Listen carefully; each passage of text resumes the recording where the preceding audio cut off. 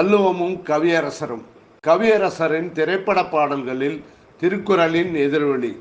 திருக்குறள் அதிகாரம் 122 கனவு நிலை உரைத்தல்.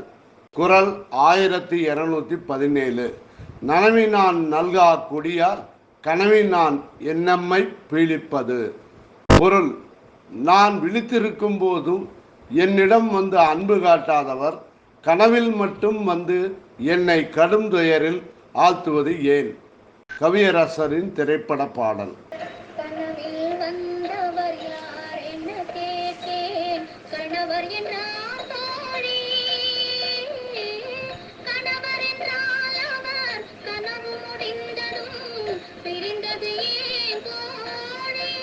பாகியலட்சுமி என்ற திரைப்படத்தில் பி. சுசீலா அவர்கள் பாடிய கவியரசரின் இப்பாடல் வரிகள் வள்ளுவரின் மேற்கண்ட குறளின் தாக்கம்தானோ?